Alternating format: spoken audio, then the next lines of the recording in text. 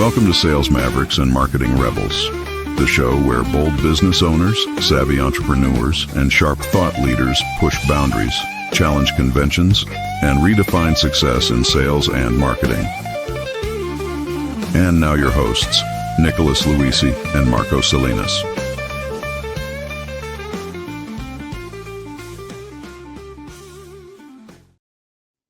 I love me a blues guitar. Well, hey, another episode of the Sales Mavericks and Marketing Rebels, or vice versa, brought to you by our wonderful friends and our sponsor, Pina Colada Media. Folks, if you are not having a podcast as a business owner, I don't know what bus you're waiting to get on. I mean, right now, they even have podcasts in the White House press room. They kicked the AP off of Air Force One and brought podcasts up there. So if you want a podcast, you want to move your business to the next level, every conversation I have with a founder, with an entrepreneur, with somebody thinking about positioning themselves as a thought leader, or just trying to get more leads into their business, more deals into their business, they're all thinking about a podcast. Hit up the folks at Pina Colada Media. They make it so easy. You just show up and sing, and they even add hair. They dye your beard dark. They put good blues guitars on for you, so you're hip and cool. And so, I don't know what you're waiting for, but hit up the folks at Pina Colada Media. They know what they're talking about. They're good folks, and they're just easy to talk to. Marco, another podcast, another day. We're into the world of media. We've got and marketing. We've got our good friend Joshua, who is a good friend of Brian Durkin. Though we're not going to hold it against him on this call. Maybe we will, but Brian Durkin is a longtime GKC guy, a longtime magnetic marketing. Is the Energizer Bunny. His son is I don't know if he's a professional, but he's an umpire, and he might be a professional or he's pro. He's pro.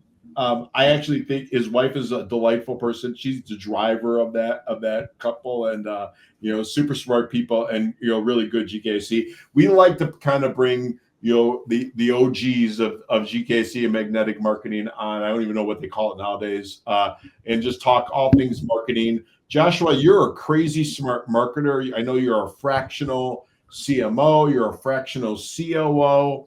You're not a world traveler from Paducah, Kentucky. You did a lot of work in the cannabis industry. So what's going on in the world of marketing? What are you seeing out there with your clients? Oh my gosh. Just before the call, you were talking about how when I relocated, the weather's gotten really interesting and the world's kind of shifting. Yeah, so we were teasing them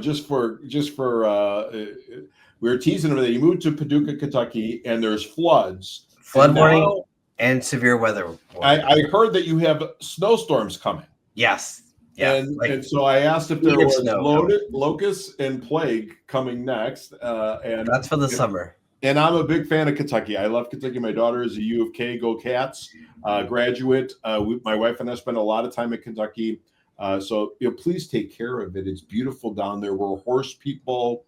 We've been to the Derby twice, the Oaks once, been to Keeneland. So be kind to our fellow friends in Kentucky. But we don't want to talk about that. We want to talk about what's happening in marketing. What are you seeing out there? Okay, so what I see is with AI kind of coming on board, I'm sure you've had this conversation 1,000 times. There's just a lot of shifts right now with expectation of what is marketing, how can people get it done? Do we still need the same workforce that we need? I'm kind of taking an operational kind of viewpoint on this too. That's your bailiwick. Yeah, how can you scale and grow? Do you still need an agency to do that? Do you still need teams? And then, as you know, I had an SEO business that's matured into a full service digital agency. And one of the big reasons why we kind of gave up that ground that we had was the SEO world is getting kind of rocked by AI and everything that's going on. So. Yeah, like I was just on with a client right before this call, and we were talking about PSEO.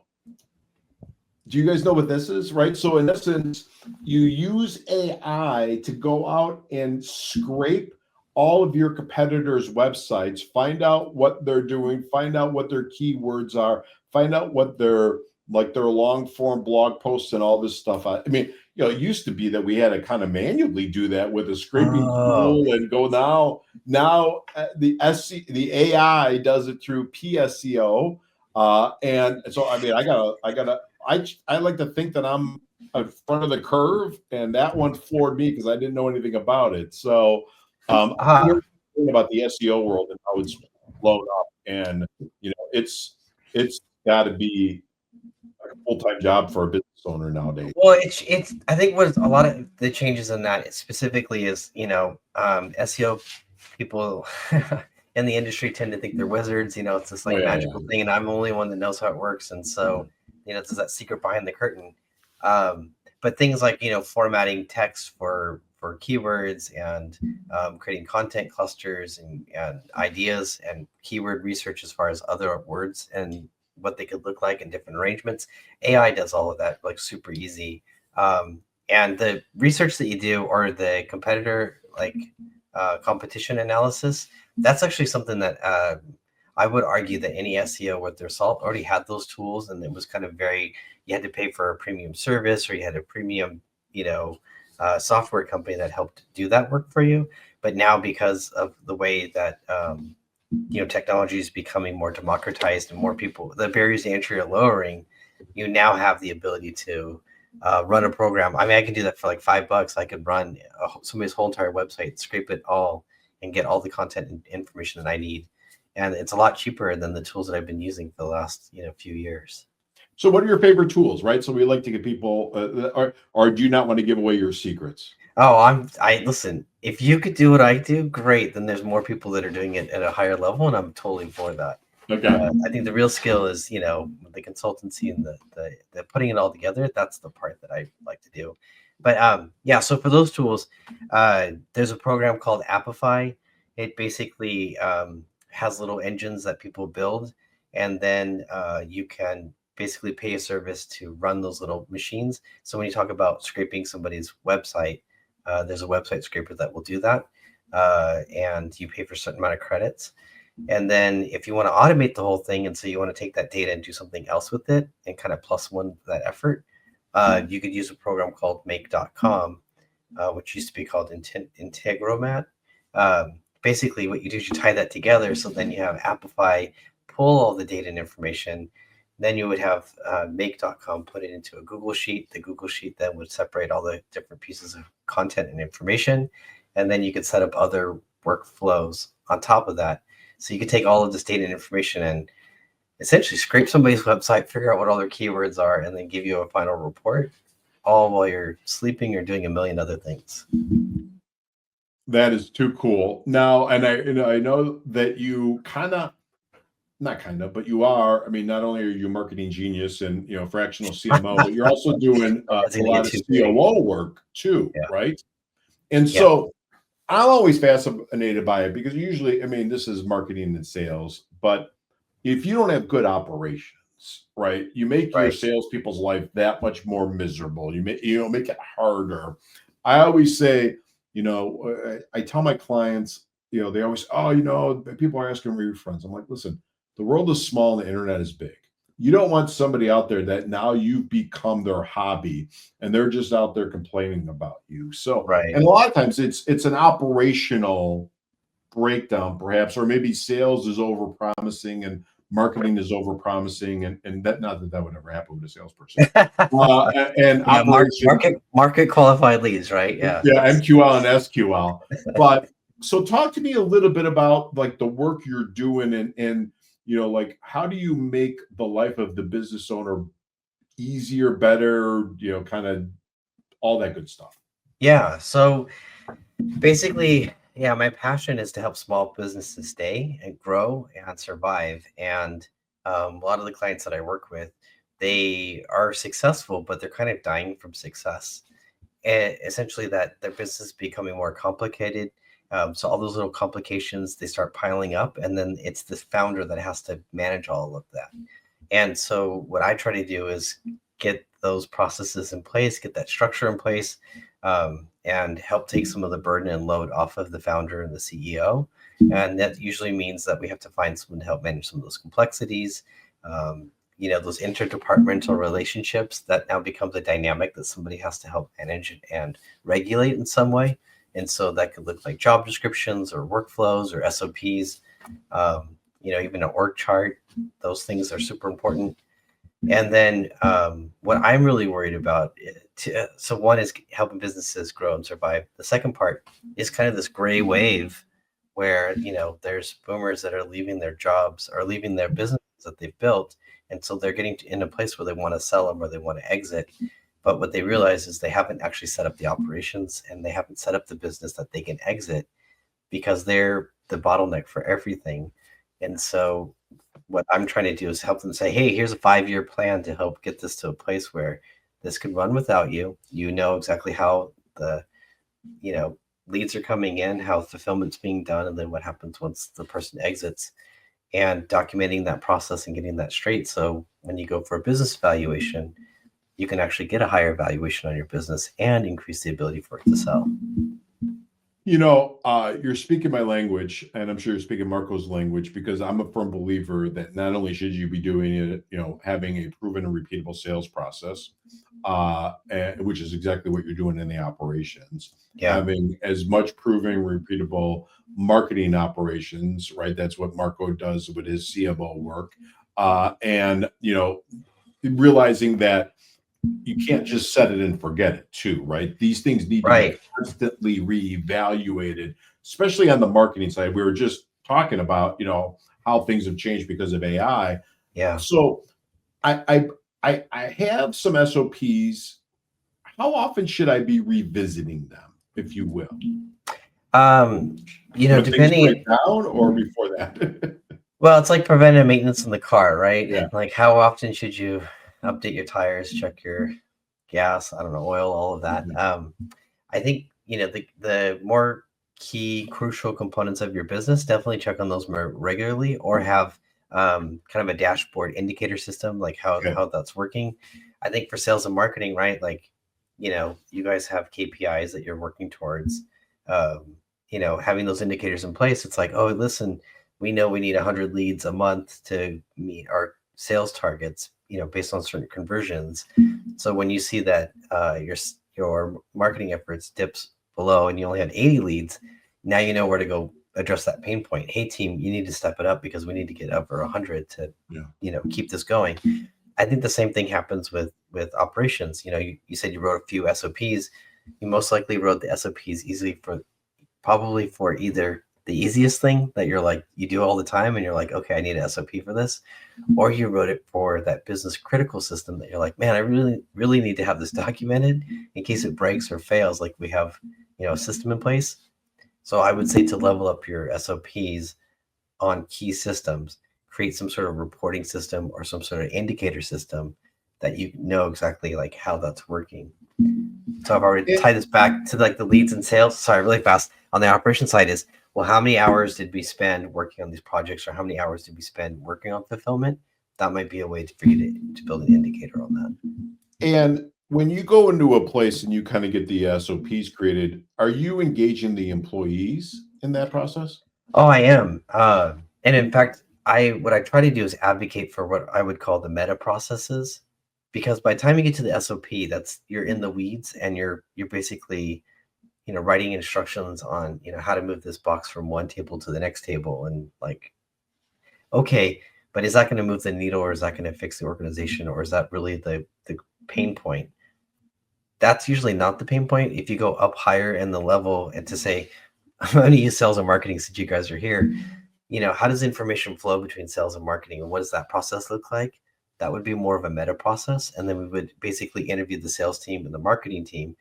And the marketing team's like, we're crushing it. We're bringing, we have all these market qualified leads. Like the salespeople they're so busy, they don't even know what they're doing. Then you go over to the sales side and, hey, I heard you guys are crushing it with everything coming in. And they're like, oh no, these things haven't been qualified. I'm missing information. I don't have data. Like, or some marketing thinks it's one set of things that they're looking for, and sales is looking for something else, and those two haven't connected. So that would be where an operations person would come in and say, hey, why is this why is this not flowing the way it should, and where are the breaking points, and how do we get that fixed? It's always it's always interesting to me on that. If Hey, Marco, can I share my screen real quick? Absolutely. Okay. I want to show you something, and I love exactly kind of what you are talking about, because I don't think that we spend enough time thinking about that. And I'm going to put a picture up, right? Yeah, hit the present button there. Okay, there you go. And then I will so add can you it. see that picture? So this is us working on somebody's sales process, right? So it's kind of the meta. Yeah. And we got it color coded. It's the marketing process, right? How leads are coming in. What do we do with all those leads? And we like to do it physically with the like old school with yellow legal pads and sticky notes and all that, and getting the staff involved, right? Just instead of because the business owner has an idea of how their business runs. Yeah. Never the right idea, right? But they have an idea of how the business runs. And so I love what you're talking about, especially the meta side, because I don't think we get the employees enough. And so if I'm a business owner and I hear what Joshua was saying, and I'm like, you know what? I need some SOPs. I got like 3. How many should the average business doing about $1 million to $2 million to under 5? How many SOPs is the right amount? Or is that not a fair question? No, I think it's a fair question. It's like when you try to estimate anything, you should have an idea, a ballpark of where things are. So I would say at $1 million in revenue, there's probably about 30 to 40 processes that are probably key and crucial to the business that really should be documented. And you should have a really clear understanding of what that is.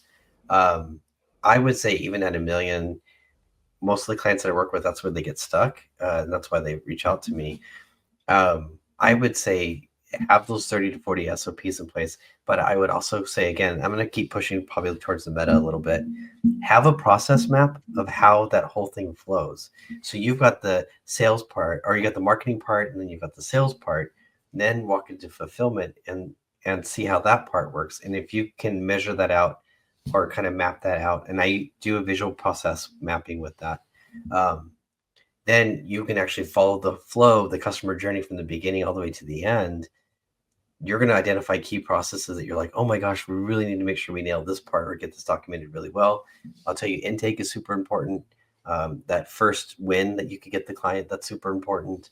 And then getting fulfillment done and then wrapping a client up nicely so then they can become a good referral source for you, I think is probably another key point. So I would say have those 30 to 40 SOPs and then also have kind of this meta process map of what that looks like. And I think, can you show a sample of what that might look like, or I put you on the spot? Are you in I have a sample on my website. Okay. And what's that website so people could see what that is? thinkadaptbuild.com. Oh, thank you, Mark. That's awesome. Thanks for putting it out there. So that's the website. And then if you look at services and the process map, it kind of has an example of what that looks like. And I might have mentioned this to you offline, but when you have those maps actually written out and everything else, that's your IP. That's your secret sauce. So then what you do then is you go and you get those copyrighted. And so for $60, you can get those copyrighted. And now you take that copyrighted IP and you put it in your operations binder. And so one day when you decide to exit or a PE firm walks in and hands you a check, you can go to your operations binder and say, by the way, I know how this works. I understand the value of my business. And I'll tell you right now, it'll give you a better valuation the more things you have documented and the more that you can show how that's made. To me, it's amazing because you speak my language on the graying of America, right? And it's actually a book that's on my bookshelf, which is, I think it's called the $18 trillion problem or opportunity, which is the amount of baby boomers that are sitting on businesses that are going to exit that the kids don't want, or that they or can't afford. Unfortunately, that's the other part of this. What did you say? Or they can't necessarily afford it. Yeah, that's true. The other thing that I've been thinking about, where I really think that you have to has a business owner, especially if you've got a larger business and you've got multi-generational employees. There's an article that was in the Wall Street Journal, which in essence, the younger generation doesn't want to go into management anymore, right? It's just, and listen, you've been a manager long enough, you're like, well, I don't blame you, right? And I say that with love and affection. But, and so as a business owner, if you can't find skill for that mid-tier, which historically have owned the operations or the SOPs and the processes and process improvement and Six Sigma and Lean and all the different things, and Deming, I'm aging myself. I'm in graduate school. In my operations classes, we learn all this stuff, right? But if you don't have somebody that owns it or thinks through that, you're at a deficit, right? Because they may not have the skill set, or they don't want to do that. And that usually sits kind of with the chief operating officer, right? Or the directors or the director of operations. And usually it's somebody that's kind of got their pulse on it. So obviously, they want to reach out to somebody like you. But I mean, as that business owner with the younger generation not wanting to go into management, having the processes is so critical, I think, right? Right. Well, and I've met people, like when I did economic development work, I would meet with manufacturers, and they would be like, "Oh, Chuck knows everything about this machine, and like, God forbid something happens to Chuck." And Right. we kind of laugh, and that's kind of funny. But on the other side of it, it's like, no, something better not happen to Chuck, because he's the only one that knows how to do everything. Nobody documented it. No, there's no follow-up or follow-through. And so, if Chuck gets mad at you, he's going to ask for a six-figure raise. yeah, So and yeah, there's been on more than one occasion where they had that Chuck that he just decided he enjoyed 4th of July a little more than he should have, and so there goes 2 days of work out the window because the key employee is whatever. But I think the other side to this, when you're talking about the shift in the workforce and mentality and kind of approach to work and the culture of work, that's happened. I mean, again, talking to another manufacturer, I asked them, you make these little machine parts that connect cable connectors. What happens when your steel provider changes the mix of the metals, right, in that product? What do you do? Yeah. And they go, oh, well, we have to retool our machines, right? And basically change some of the tolerances, and we just have to accommodate for this change. Great. Guess what? Your workforce has changed. It's now retool your machine. So when people are upset about, management changes or different approaches, you know what? We've got to, just like you have to modernize everything else, we're going to have to modernize for this current workforce. And I think these next generations, and I'm going to say, from boomers, there's Xers, but we're kind of underrepresented in the market. So then you've got millennials and Zers, their value systems can work really well with like process improvement, right? And job ownership and collaboration and communication and teamwork and creative thinking, all of those kind of components. Great. So then let's retool these jobs and let's retool management and leadership in such a way that maybe instead of a strict hierarchy, we have more of a matrix where we have product managers and we have, specialists in different disciplines, and they work cross-departmentally. And, it's just a different way of organizing your business. But I think you can retool it and get it to a place where, it can handle this next generation of workers. I hear what you're saying, and I agree with you. Viscerally, I agree with you. But Right. I'm also thinking that if I'm in my mid 60s, I'm like, I don't want to go through that. I'm just right. So there's where, you don't want to do it. So then what do? Get it prepped for sale, right? So then that's a 5-year window. I mean, talk to any exit planner, certified exit planner or business broker. The general rule of thumb is it's 5 years, the day that you decide that you want to exit, to get all that prep work and get everything organized and structured. So then you can hire someone like me or a fractional professional to basically shore up those different aspects of your business.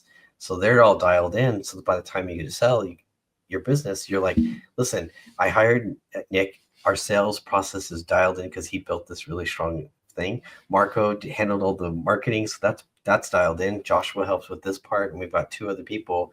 This whole thing now is really dialed in tight because we have all of these components. Then sell it to the next gen. And you don't have to worry about then bringing up the tech or bringing up all these other components. You can sell it to somebody that basically can buy a business that has good bones, that they can then do some tech enablement and do some new, HR processes and new team development, and can take what was built up to this point and take it to the next level. That's awesome. And what are there industries that you spend majority of your time in, or are you agnostic like us? I like to be agnostic, but they say the riches are in the niches. So I stick with founder-based businesses that have been in business for at least 3 years and $500,000 to $5 million in revenue. And service-based businesses. So that's my sweet spot. And then anything that's like that main ring or that main circle, then anything right outside of it, I'll do those too. Yeah.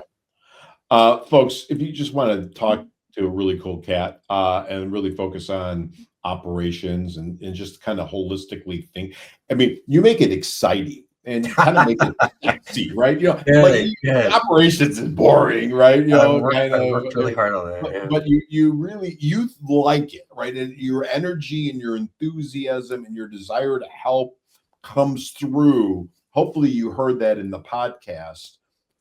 Marco, I've been asking all the questions. You got anything? You're usually on point. No, I was just a little bit curious though, Josh, how you had moved from doing the SEO thing over to deciding to be more of an operations guy. I know you touched a little bit on some of that, but I didn't, can you kind of leave us with that, so to speak? Yeah. So basically the last real job I had, I was director of economic development for a chamber of commerce in Oregon. And I left that job to go into a manufacturing facility. I was going to be a COO, about 10 million in revenue, 40 employees. But this was February of 2020. And the money people that were bringing me in, they said, hey, listen, there's this COVID thing going on, so we're going to put this on hold. And I was like, crap. And then I had some developers that wanted to work with me. And so, but again, COVID. So then my family likes to eat, and apparently, we need a place to stay. And so I had to very quickly figure out how to hustle up some cash. And so I saw everybody going online, and I built an SEO business. I focused on doing SEO audits. I figured I could just tell everybody what's going on, show them all the tricks, give them the roadmaps, and let them go. And I was able to build a 6-figure business in 18 months just by really niching on what I did and focused. I had a friend of mine catch up with me after a couple months, and he was like, man, with what you're doing with your SEO business, you should go back to helping people with their businesses like you did at the chamber. And he goes, you should look at being a fractional COO. I had no idea what that was. And so I looked it up, and I was like, oh, cool. This is kind of what I did at the chamber. I would step into a business, figure out where the problems are, help them get things fixed, or plug them in with the right people. And so I actually decided to spin that up while the SEO business was going. Now, I have to tell you, if you want to be an entrepreneur and you're always kind of waiting in the wings, it's always good to have a main source of income or revenue that's kind of taking care of you while you get your entrepreneurial efforts going. To jump in full feet, it's scary as hell, and it's fun, but you live and die by what you kill. So basically, I had two streams of revenue, and I still actually have those right now. The SEO business is switched over to full service digital, and then the fractional COO work. I just keep meeting people that are really great business owners. They love what they do, but the complexity of the business is just killing them, and they need help. And so they love when I can come in and tell them it's okay, walk them through it, and get them through that stage of life. That is awesome. Thank you for that. Is that the biggest issue? Like we always ask business owners, what keeps them up at night? And you're at a pretty, not crazy mature, but they're at a certain revenue, right? So they've kind of figured out their sales and marketing.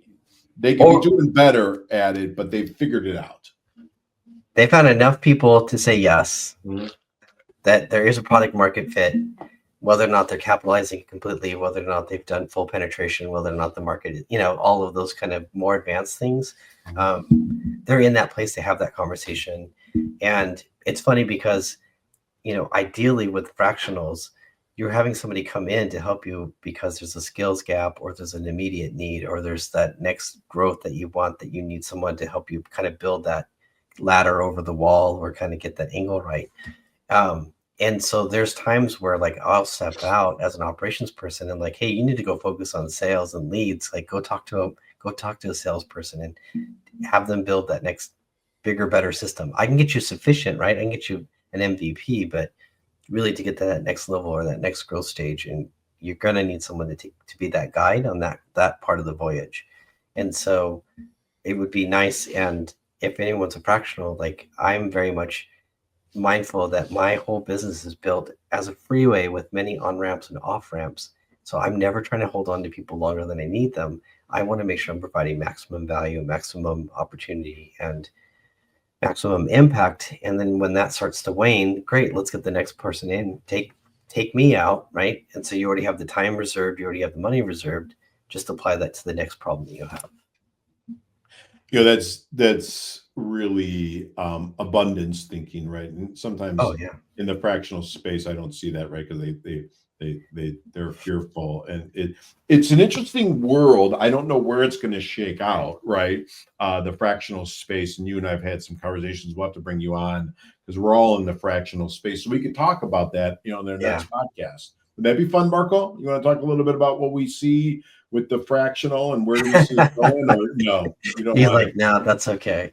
No. Sign me up. Yeah, no, I'm there. I'm first in line. Please let me know. I thought you were shaking it off because to me, it's kind of the wild, wild west still, right? The OG is the fractional CFO for small businesses, and now there's different things. Now there's some franchise, if you will, that are coming into play, and there's some folks that are trying to figure it out, and everybody's selling to everybody else, and nobody's making any money. So it's fun.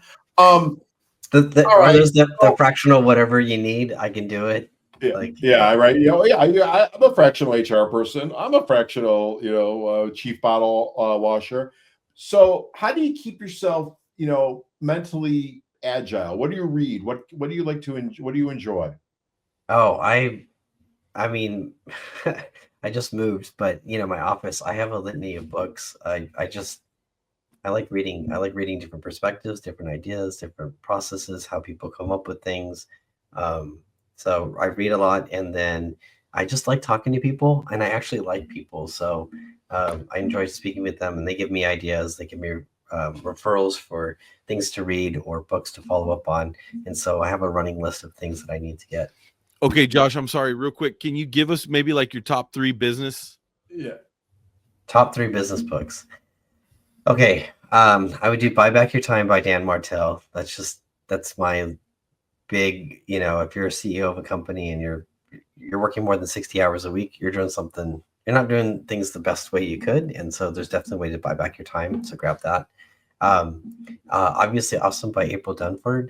Probably one of the best books on positioning that I've ever read. She's good. I like both of her books, but yeah, I like her a lot. I think that one's good. And then I'm going to recommend this. I'm going to feel wooey, but it's not exactly a business book, but The Miracle Morning. It's kind of a way to like rephrase your time, energy, and kind of the writer of the book. Basically, it's you kind of like Elrod. Yeah, it's the basically creating a practice for yourself. So then you're kind of centered. So even as all this chaos is going on, you're still doing, some reading, some reflections, some affirmations. Have you read that one, Nick? Yeah, I've read it. He's almost like franchised that out. There's like the miracle for teacher. It's almost like kitchen soup for the soul. Okay.